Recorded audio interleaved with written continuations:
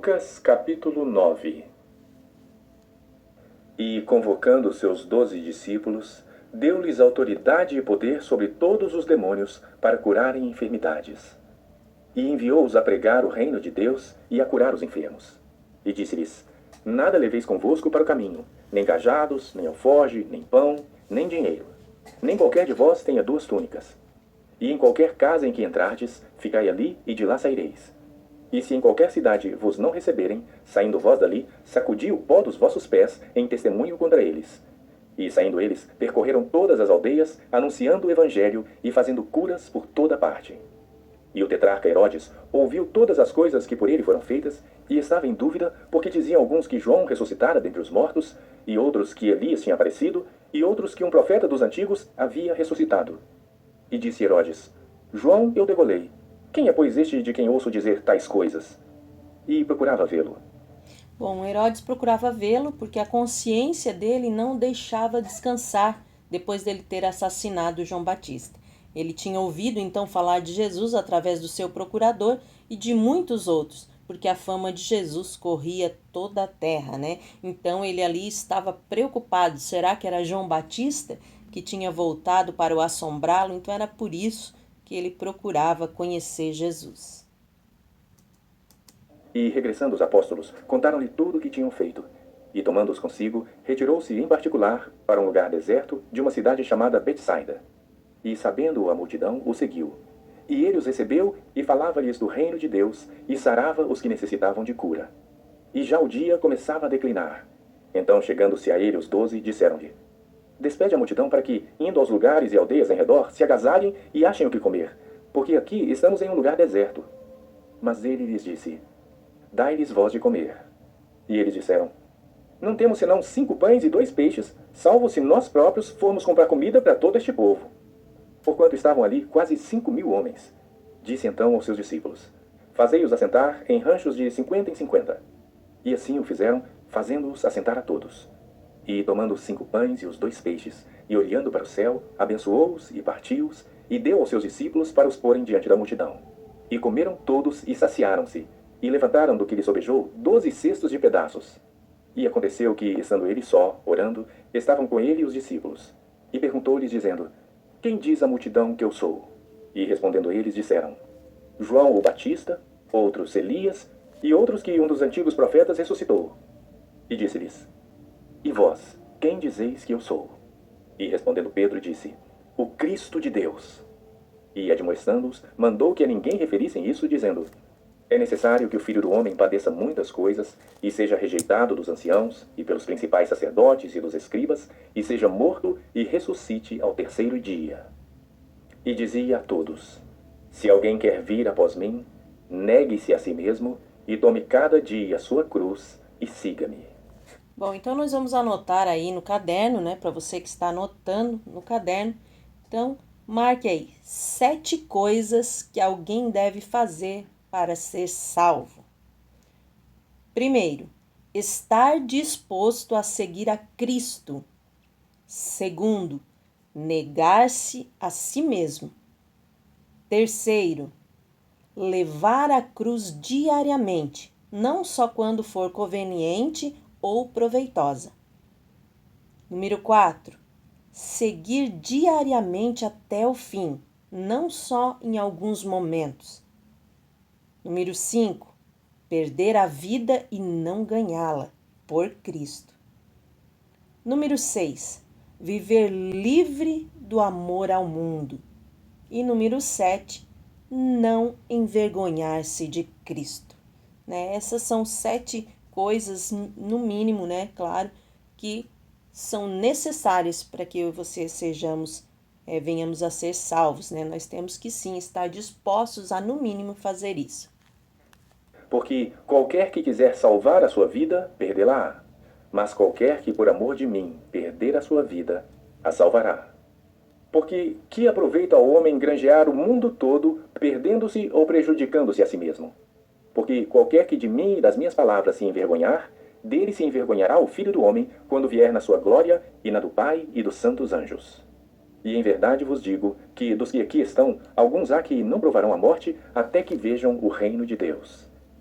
E aconteceu que, quase 8 dias depois dessas palavras, tomou consigo a Pedro, a João e a Tiago, e subiu ao monte a orar.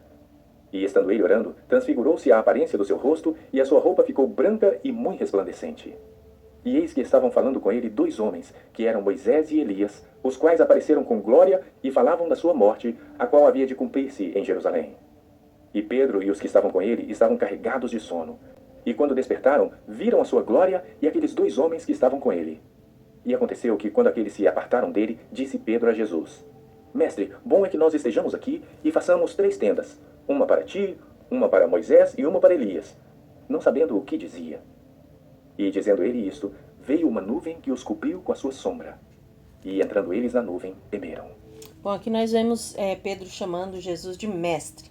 Mestre, para você anotar aí no seu caderno, mestre vem da palavra grega, né? Kurios, que é senhor ou dono, né? E também tem no aramaico, que é Rabboni, ou do aramaico Rabboni, né? Que é do singular Rabi, que quer dizer meu professor. Então, é só um detalhe muito importante, né?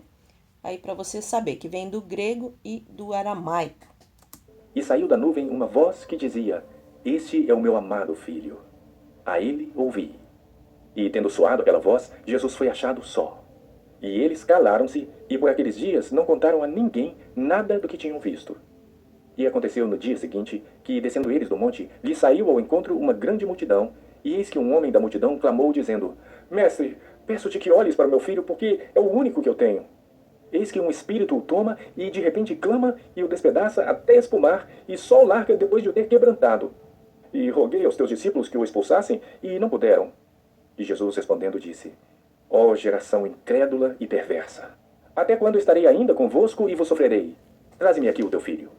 E quando ainda vinha chegando, o demônio o derrubou e convulsionou. Porém Jesus repreendeu o espírito imundo e curou o menino e o entregou a seu pai. E todos pasmavam da majestade de Deus. E maravilhando-se todos de todas as coisas que Jesus fazia, disse aos seus discípulos: Ponde vós estas palavras em vossos ouvidos, porque o Filho do Homem será entregue nas mãos dos homens. Mas eles não entendiam esta palavra que lhes era encoberta para que a não compreendessem. E temiam interrogá-lo acerca dessa palavra. E suscitou-se entre eles uma discussão sobre qual deles seria o maior. Mas Jesus, vendo o pensamento de seus corações, tomou um menino, pô-lo junto a si e disse-lhes: Qualquer que receber este menino em meu nome, recebe-me a mim. E qualquer que me receber a mim, recebe o que me enviou. Porque aquele que entre vós todos for o menor, esse mesmo será grande. E respondendo João, disse: Mestre, vimos um que em teu nome expulsava os demônios e lhe o proibimos, porque não te segue conosco. E Jesus lhe disse: Não o proibais, porque quem não é contra nós, é por nós. Aqui é algo bem claro que Jesus deixa para nós, né? Aquelas pessoas, ou, né, outras denominações, algumas igrejas que infelizmente eles pensam que só eles serão salvos. E aqui está bem claro, né, que todos podem pregar o evangelho, né? Um dos maiores pecados da igreja no tempo de hoje é achar que só uma determinada igreja é que vai ser salvo. Mas não, né? Eu creio que de todas as igrejas, né, evangélicas, católicas, enfim, isso não nos cabe entender e nem julgar, porque nós não entendemos e compreendemos a mente de Deus, senão ele não seria Deus, isso é óbvio, né? Mas é errado nós julgarmos e acharmos que somente nós é que vamos atingir a salvação, porque isso não depende de nós. Mas isso é mistério de Deus, né? Então, igrejas que dizem, não, só nós vamos alcançar a salvação, só nós é que temos, né, como alguns dizem, a mão de Deus está neste lugar, é só a gente que vai alcançar. Não, errado, fuja deste lugar, né? A Bíblia é bem clara que ela não especifica uma só igreja. Quando eu falo uma só igreja, uma só denominação, uma só placa, porque no céu não haverá placa de igreja, mas sim haverá os verdadeiros adoradores, né?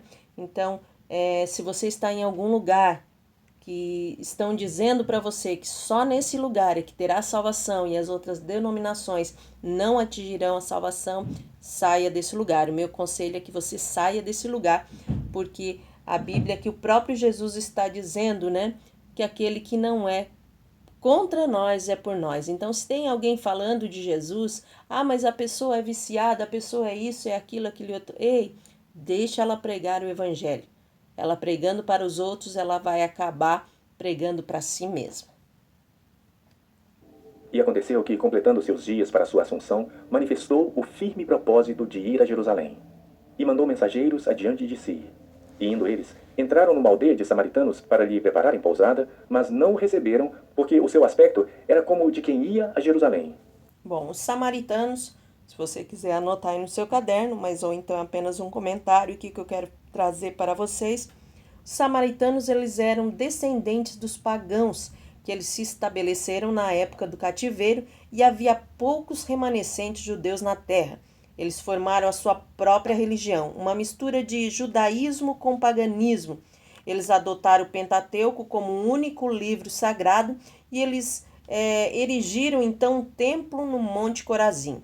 Os judeus que retornavam do exílio rejeitaram a ajuda deles na construção, na reconstrução de Jerusalém do templo, e a divisão entre eles e os judeus então tornou-se permanente, tão grande que os judeus não passavam dentro de Samaria para chegar até a Galileia, mas eles iam por outro lado, eles davam uma volta muito grande para não ter que pisar em Samaria. Então havia realmente já essa discórdia entre eles por causa dessas questões religiosas.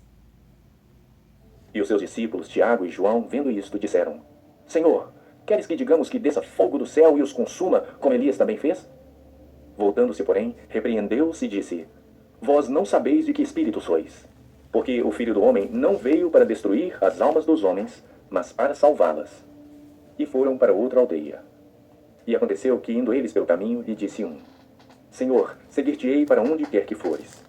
E disse-lhe Jesus: As raposas têm covis e as aves do céu ninhos, mas o Filho do Homem não tem onde reclinar a cabeça. E disse a outro: Segue-me. Mas ele respondeu: Senhor, deixa que primeiro eu vá a enterrar meu pai. Mas Jesus lhe observou: Deixa aos mortos o enterrar os seus mortos. Porém tu, vai e anuncia o reino de Deus. Disse também outro: Senhor, eu te seguirei, mas deixa-me despedir primeiro dos que estão em minha casa. E Jesus lhe disse: Ninguém que lança mão do arado e olha para trás é apto para o reino de Deus. Bom, queremos encerrar mais este capítulo desejando que Deus abençoe a tua casa, a tua vida, a tua família, o teu ministério, a tua saúde, em nome de Jesus.